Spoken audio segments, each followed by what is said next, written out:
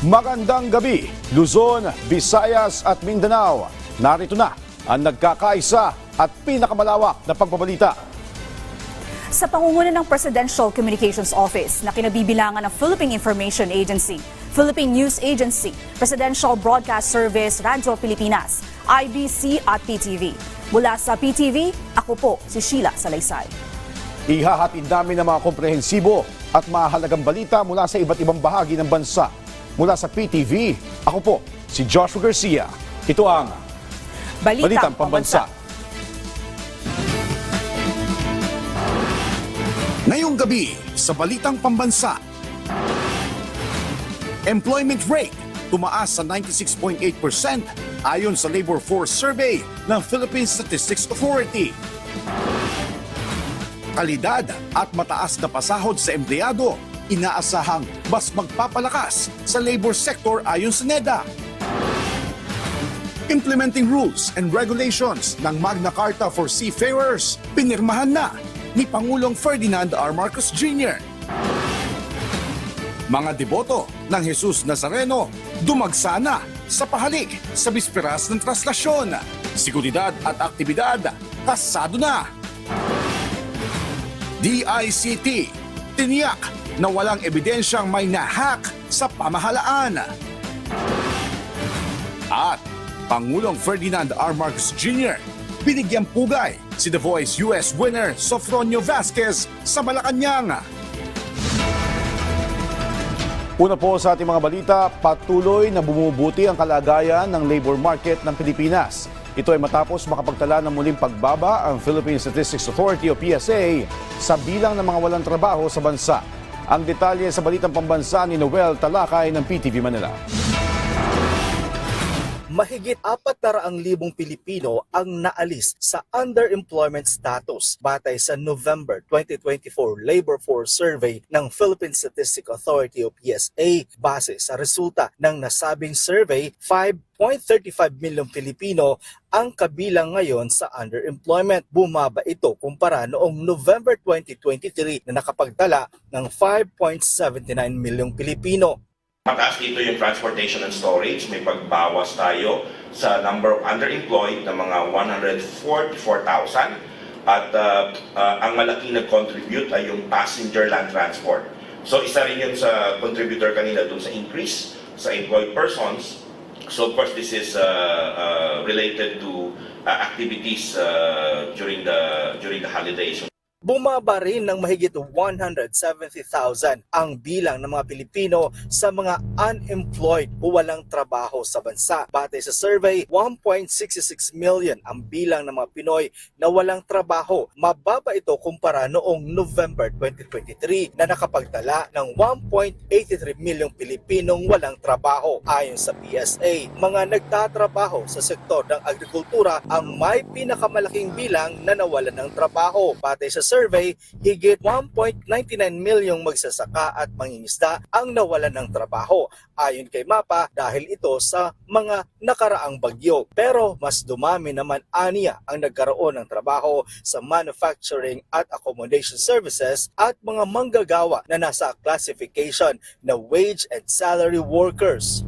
Mayroon tayong bawas, agricultural sector, saka yung fishing, dahil doon sa typhoon, pero may dagdag naman tayo on the manufacturing, accommodation services, kabilang na yung dagdag doon sa wage and salary workers.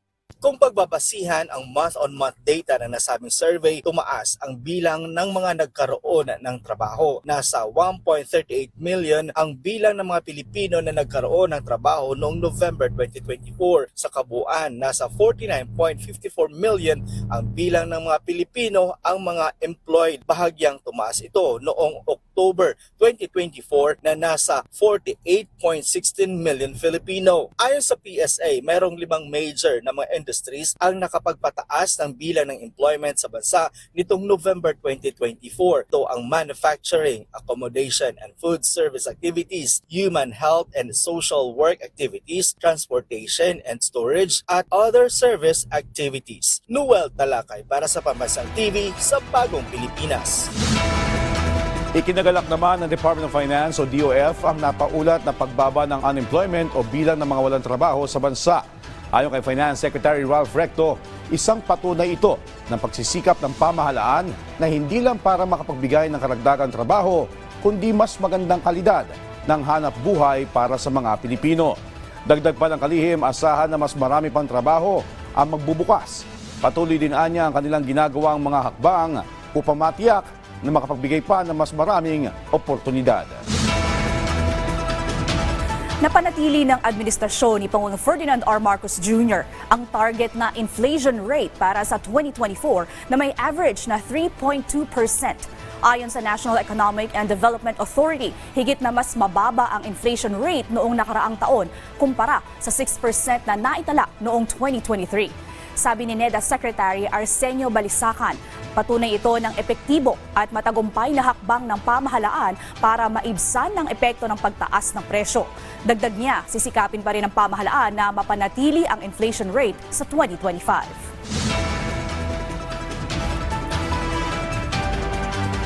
Sinaksihan ni Pangulong Ferdinand R. Marcos Jr. ang paglagda sa Implementing Rules and Regulations o IRR ng Magna Carta for Filipino Seafarers. Sa ilalim nito, tinitiyak ang karapatan ng mga marino sa tamang impormasyon kaugnay sa kanilang trabaho, kabilang ang proteksyon laban sa pang-aabuso at diskriminasyon, malinaw na kontrata sa trabaho, medikal na atensyon at sick leave sakaling dapuan ng sakit habang nasa biyahe o naka-quarantine. Ang hakbang na ito ay hindi lamang nagbubukas ng pagkakataon sa industriya. Ito rin ay sumasalamin sa ating dedikasyon sa mas progresibo at mas pantay na patakaran sa industriya ng maritime. Ito po ay simula lamang ng mas matatag at maliwanag na kinabukasan para sa ating mga marinong Pilipino at sa kanilang mga pamilya.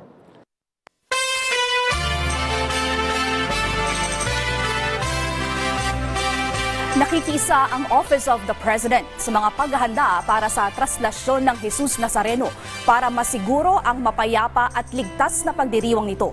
Ayon kay Nazareno 2025 Technical Advisor Alex Irasga, nakikipag-ugnayan ang palasyo sa iba't ibang ahensya para matiyak ang kayusan ng selebrasyon.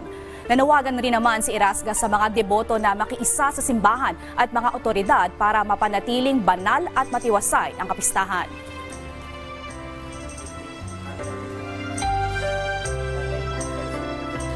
Lalo pang dumami ang bilang ng mga debotong pumipila sa pahalik sa Nazareno sa Quirino Grandstand sa bisperas ng Pista ng Jesus Nazareno. Ang detalye sa Balitang Pambansa ni Rod Lagusad ng PTV Manila. Live, Rod. Joshua, ngayong besperas ng Pista ng Jesus Nazareno ay mas dumami pa ang bilang ng mga deboto na nais makaisa dito sa tradisyonal na pahalik dito sa Quirino Grandstand. Ang iba sa mga nakausap natin ay magdamagan na o hanggang sa misa mayor mamayang hating gabi o sa pagsisimula ng traslasyon ay mananatili na dito. Kumpara kahapon, mas sumaba pa ang pila ng mga deboto na nais makiisa sa tradisyonal na pahalik ngayong besperas ng Pista ng Jesus Nazareno. Umabot na ang pila sa Rojas Boulevard. Hindi naman alintana ng mga deboto ang init ng panahon habang naghihintay. Anila, maliit lang itong sakripisyo sa biyaya na kanilang natanggap. Isa sa mga pumila dito ay ang senior citizen na si Nanay Lucita, na kahit nasa dulo ng pila ay hindi niya to iniinda. Hindi naman niya napigilan na maging emosyonal habang ikinukwento ang naging tulong sa kanya na Nazareno. Pinagaling niya ako hanggang ngayon. Kahit maraming pila, kahit mapuyak kami, tutuloy ako kasi siya ang nagpagaling sa akin. At hindi na ako nakakalakad, binubuhat na lang ako. Binuhat ako, dinala ako sa kanya sa Quiapo. Nagsimula yun na yun. Guminaway katawan ko. Anya, hanggang bukas na siya dito at kanyang hihintayin na makabalik ang imahe sa Quiapo Church. Emosyonal din na magtiyahing Marieta at Cristina na isang buntis matapos makalapit sa imahe ng Jesus Nazareno. Alas 7 pa anya ng umaga sila nagsimulang pumila at alas 3 ng hapon natapos. First time namin pumilang ganito. Medyo po mahirap pero tiniis. Magaan po, pakiramdam po. Parang nawala po yung naramdaman ko yung ubo po. Giubo kasi po, pangako po sa Panginoon nga pupunta po kami dito para maglagay po kami nito po. Ilan lang sila sa libu-libong deboto na pumila sa pahalik na may kanya-kanyang kwento, panalangin na tupad, may panata o may pasasalamat. Samantala, Magpapatupad naman ng mahigpit na seguridad ang Philippine National Police para matiyak ang kaligtasan ng milyong-milyong deboto na makikisa sa traslasyon bukas. Ayon sa DILG, aabot sa mahigit 12,000 pulis ang kanilang ipakakalat para magbantay sa pista ng Poong Jesus Nazareno. Sa ngayon po ay wala po tayong namomonitor na anumang seryosong banta at syempre yung ating mga intelligence operatives ay mga nakasibilyan po yan at halo po doon po sa ating mga participants po ng traslasyon at magmamasid po sila doon para kung may mga namomonitor po sila ay mabilis na i-report po doon sa mga unupokmadong pulis po natin na nakadeploy po. Una nang sinabi ng PNP na makikipag-ugnayan sila sa security plan ng lungsod ng Maynila, iba't ibang government agencies, stakeholders, habang ang PNP Highway Patrol Group naman ang mangangasiwa sa traffic flow. Habang nakatutok naman sa posibleng physical at digital threats ang PNP Intelligence Group at Anti-Cybercrime Group. Yung estimate po last year nasa around 6.5 million po. So the same din po more, mga around that numbers din po yung inaasahan if not mas marami po. At yan po ang isa sa mga reason kung bakit yung ating pong 12,168 ay fluid po yan. Pwede po yan madagdagan, depende po sa makikita po natin doon po sa magpa-participate po dito po sa traslasyon. Maliban po dito sa mga projected deployment, meron din po tayo mga reserve force na po readily deployable if there is a need to increase yung ating pong deployment. Bukod dito, mahigit 100 na firefighters at isang team ng anti-chemical, biological, radiological at nuclear threats ang ide-deploy ng BFP. Sa bahagi naman ng DOH, magtatalaga sila ng medical teams at mga health stations sa mga pangunahing lugar sa ruta ng traslasyon. Kabilang dito ang Quirino Grandstand, Rizal Park, Ayala Bridge, Pikasal at Quinta Market. Habang magtatalaga din ng mahigit 200 tauhan ng DOH mula sa Health Emergency Response Team ng 20 ospital sa Metro Manila. Aabot naman sa 1,000 volunteers ng Philippine Red Cross ang nakakalat sa mga lugar na dadaanan ng prosesyon. Joshua, base sa datos ng Nazareno Operation Center, as of 5 p.m. ay nasa higit 9,000 na ang mga debotong nakilahok dito sa tradisyonal na pahalik.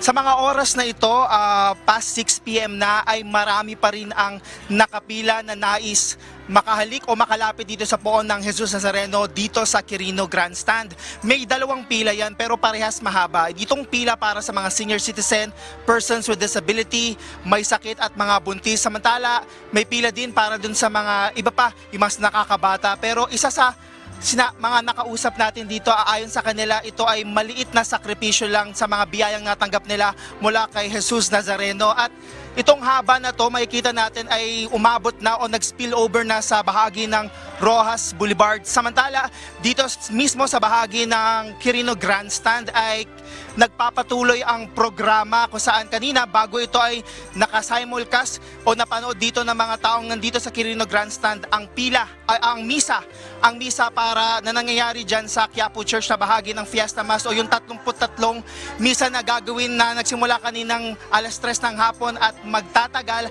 hanggang bukas, pista ng Jesus Nazareno. At kapansin-pansin din dito sa Quirino Grandstand na marami ng mga deboto ang nag-camping, may mga dalang tent, may mga sapin na parang magpipiknik dahil aron sa kanila, hihintay na nila yung Misa Mayor na mangyayari mamayang hating gabi na pamumunuan ni Manila Archbishop Jose Advincula Jr. na hudyat na ng pagsisimula ng pista ng Jesus na Nazareno.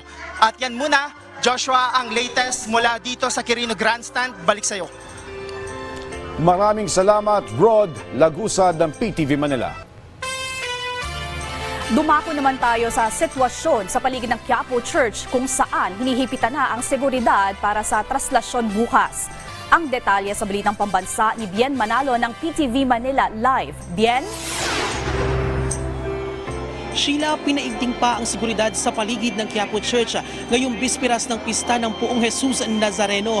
Sa talakasan ng Manila Police District, umabot na sa mahigit 1,000 mga deboto ang nagsimba ngayong araw dito sa Minor Basilica and National Shrine o Jesus Nazareno. Samantala, may paalala naman ang pamunuan ng Quiapo Church sa mga politiko na wag nang bahiran pa ng politika ang pagdiriwang at sa halip ay gawin na lamang makabuluhan at sagrado ang banal na kapistahan. Puspusan ang ginagawang paghahanda ng pamunuan ng Quiapo Church, pulisya at maging ng mga volunteer ngayong bisperas ng pista ng Poong Jesus Nazareno. Nagsagawa ngayong araw ng flashing o paglilinis ang Raha volunteers katuwang ang PDRMO Bulacan sa main road ng Quezon Boulevard sa gilid ng Quiapo Church. Dito kasi itatayo ang medical station na magsisilbing mini hospital ng DOH at Philippine Red Cross. Dito po natin gagamutin yung mga ating mga debotong na kailangan ng medical attention, yung mga nasusugatan, dito po natin dadalhin. May nakaantabay na ring ambulansya at quick response team sa labas ng simbahan. Nakapwesto na rin ang metal scanner at x-ray machine sa Villalobos Street, ang main entry point ng mga deboto papasok ng simbahan. May mga barikada na rin sa paligid ng simbahan. Bawal na rin ang mga vendor sa paligid ng simbahan, maging sa main road ng Quezon Boulevard. Pero naglaan naman ng designated area para sa kanila. Ipinatupad na rin ngayong araw ang gun ban hanggang January 11. Gayon din ang liquor ban na magsisimula ng alas 9 ngayong gabi hanggang January 10. Maging ang no-fly, drone at sail zone sa paligid ng Quirino Grandstand at Quiapo Church. Isasarado rin sa mga motorista ang ilang kalsada sa Maynila na magsisimula mamayang alas 9 ng gabi hanggang sa araw mismo ng traslasyon sa January 9. Mahigpit pa rin ang paalala ng pamunuan ng Quiapo Church at Manila Police District sa mga deboto kaugnay sa mga dapat at hindi dapat gawin sa pagdiriwang ng Pista ng Nazareno 2025. Handa ang Quiapo Church na tanggapin at nakahanda kami kung sakaling dumami ang mga tao. Samantala, nagpaalala naman ang pamunuan ng simbahan sa mga politiko na huwag nang haluan pa ng politika ang kapistahan at sa halip ay ipaubayan na lamang ang banal na selebrasyon para sa mga deboto. Ang pakiusap lang natin, huwag bahira ng politika. Sana yung isang araw na ito ay ibigay na natin sa mga deboto para sa kanilang pagninilay. Sheila, mahigpit naman ang paalala ng pamunuan ng Quiapo Church sa mga deboto na huwag nang sumampa pa sa andas para maiwasan ang disgrasya at mapabilis na rin ang usad ng prosesyon. Samantala, Joshua, nagpapatuloy pa rin ang misa dito sa Quiapo Church at sa ngayon ay wala namang naitalang anumang untoward incidents maliban na lamang doon sa isang babae kanina na biglang nahilo, natumba, nag-collapse at nagkaroon ng bukol sa bandang noon na agad namang sinakluluhan ng ating mga quick response team dito sa Quiapo Church. At yan muna ang update dito, Sheila. Balik sa'yo. Maraming salamat, Bien Manalo ng PTV Manila. Magpapatupad ng mahigpit na seguridad ang mga otoridad upang matiyak ang kaligtasan ng milyong-milyong deboto sa traslasyon bukas. Ayon sa Department of Interior and Local Government o DILG, aabot sa mahigit 12,000 pulis ang ipapakalat para magbantay sa pista ng Poong Jesus Nazareno. Mahigit 100 bumbero at isang team ng anti-chemical, biological, radiological at nuclear threats ang ide-deploy naman ng Bureau of Fire Protection o BFP. Idiniklara ng Department of Health o DOH ang Code White Alert mula Enero 6 hanggang 10. Sa panayam ng Mike Abe Live, sinabi ni PRC's Chairperson Richard Gordon na abot sa 1,000 volunteers ang nakakalat o ipapakalat sa mga lugar na dadaanan ng prosesyon. Ang payo ko ay kung kayo may sakit, hanggat maaari, huwag na kayo pumunta dyan. Pero kung kayo ay may kapansanan, katulad ng diabetic kayo, maglagay kayo ng konting papel sa katawan ninyo, doon sa inyong bulsa, na nakalagay pangalan nyo at sabihin nyo, ako'y diabetic, para alam namin kaagad kung ano ang i-address namin. Alam namin kung ano kapansanan nyo para hindi tayo magkakamali sa ibibigay na pangunang lunas. Walang pasok bukas sa lungsod ng Maynila dahil sa kapistahan ng Jesus Nazareno. Inikara kamakailan ng Malacanang na special non-working day ang January 9 sa buong lungsod ng Maynila. Ito ay batay sa Proclamation No. 766 na pinirmahan ni Executive Secretary Lucas Bersamin. Nakasaad din dito na hiniling ng naturang lungsod na gawing special non-working day ang naturang aktibidad upang matiyak na maayos ang posisyon. Nakararanas ng matinding pag-ulan ang Bicol Region, dulot ng shear line at amihan. Dahil dito, binaha ang ilang lugar sa rehiyon. Ang detalye sa Balitang Pambansa ni Emmanuel Bongkodin ng Radyo Pilipinas Albay. Nasira ang tulay na ito sa Maanito Albay na nagdurugtong sa Barangay Itba at Barangay Kawit dahil sa pagbaha at matinding ulan. Tulong-tulong naman ang mga residenteng yan sa Legazpi City para mailikas ang motor na natrap sa baha. Pahirapan din ang pagtawid ng mga sasakyan sa Barangay Rizal sa Sorsogon City dahil sa abot tuhod na baha. Sa Catanduanes naman, nagkaroon ng landslide sa Barangay Ginitligan, Baras, kaya mga motorsiklo lamang ang nakakadaan sa mga apektadong kalsada. Sa Camarines Sur, umapaw ang Tinorongan Spillway sa Sangay dahil sa matinding pag-ulan sa mga bayan ng Karamuan at Goa na isinailalim sa yellow rainfall warning. Ang mga pagbaha na yan na naranasan sa Bicol Region ay dulot ng shearline at amihan. Kaya naman ang provincial government ng Albay napilitang magsuspinde ng panghapong pasok sa mga eskwelahan at trabaho sa mga opisina ng gobyerno. Pinayuhan naman ng mga lokal na pamahalaan at mga kinauukulang ahensya ng pamahalaan ang publiko na manatiling alerto at sumunod sa mga inilalabas nilang abiso. Mula sa Radyo Pilipinas Albay, Emmanuel Bungkudin para sa Balitang Pambansa. Kasunod ng umano'y tangkang panghahak sa executive branch, patuloy ang pag-update at pagbili ng Department of Information and Communications Technology o DICT ng mga bagong sistema para mas mapaigting pa ang proteksyon laban sa mga banta ng cyber attack sa gobyerno. Narito po ang report. Walang ebidensya na nagkaroon ng hacking o pagkuha ng mga mahalaga at sensitibong impormasyon sa data ng pamahalaan. Ito ang kinumpirma ng Department of Information and Communications Technology sa hacking attempts na napaulat kamakailan. Pero nang tanungin kung gaano karami ang sumusubok na ma-infiltrate ang cybersecurity ng bansa. To give context, sa isang araw ho, it ranges from a few hundred thousands to a million attempts per day po ang natatanggap ng ating bansa. Pagdating ho sa pagtatangka na mag-hack at mag-infiltrate ho ng ating mga sistema, hindi lang ho sa pamahalaan, pati ho sa private sector.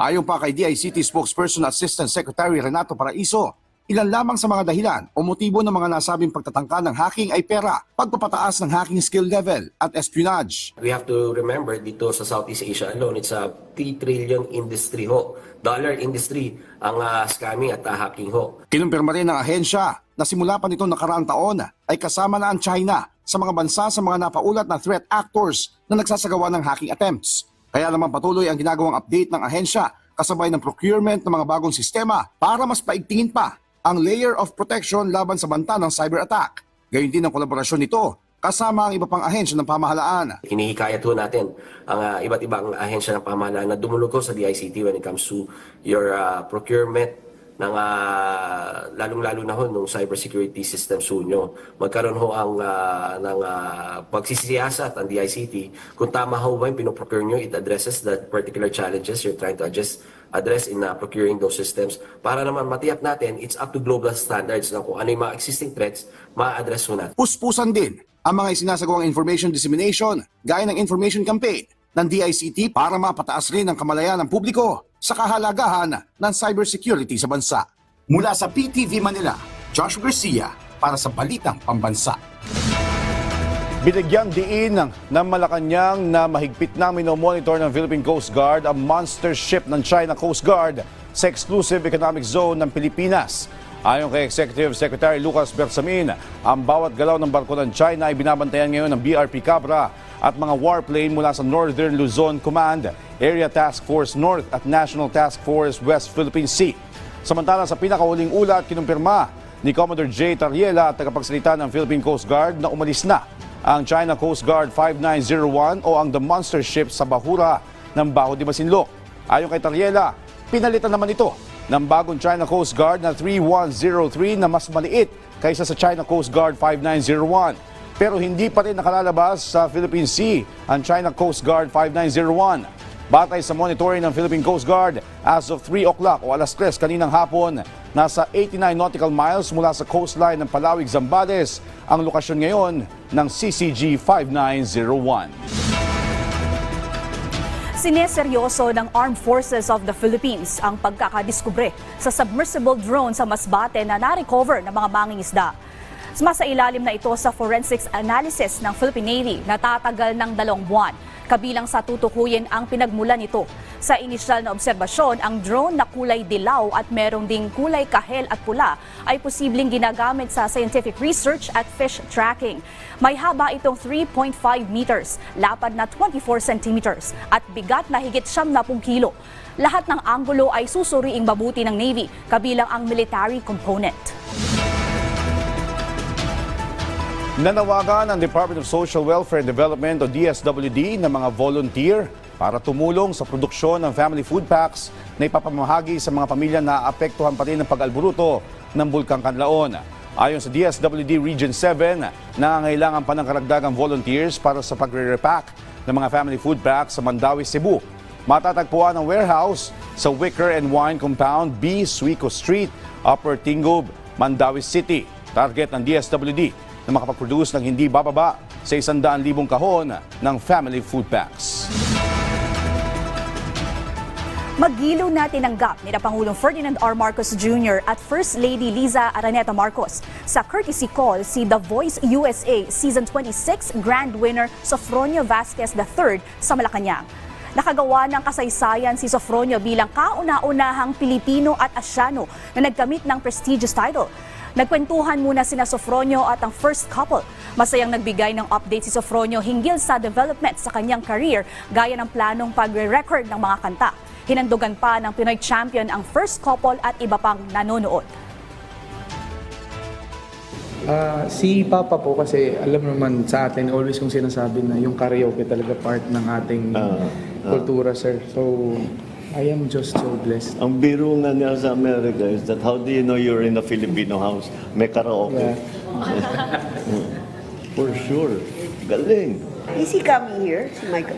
Gusto niya po. Sabi niya, Imagine all the people living for today.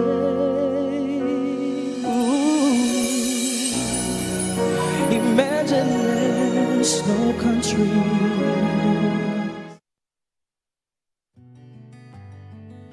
Magandang araw po sa inyong lahat.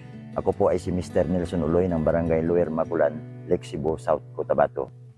Ako po ay 26 na taon na nagsasaka sa 3 hektaryang lupang ipinagkaloob sa akin ng DARA.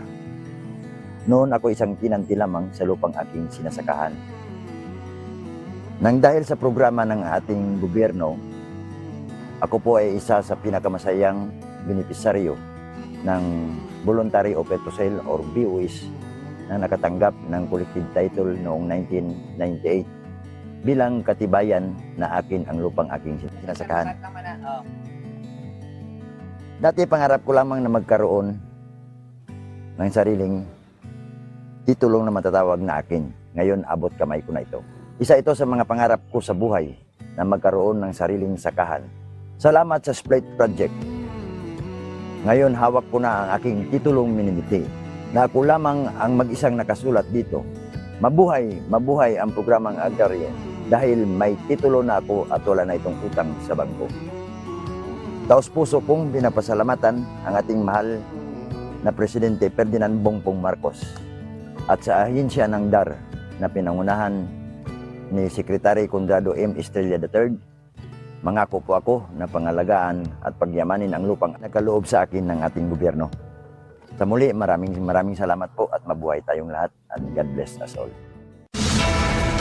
At dyan po nagtatapos ang 30 minutong ulat sa bawat sulok ng bansa. Samahan niyo kami muli mamayang alas 9:30 ng gabi para sa updated at pinalakas pang balitaan. Mula sa PTV, ako po si Joshua Garcia. Ito ang pinalawak na puwersa sa pangunguna ng Presidential Communications Office, kabilang ang Philippine Information Agency, Philippine News Agency, Presidential Broadcast Service Radyo Pilipinas, IBC at PTV. Mula sa PTV, ako naman po si Sheila Salaysay. Hatid sa inyo ang komprehensibong paghimay sa mahalagang usapin dito lang sa Balitang Pambansa.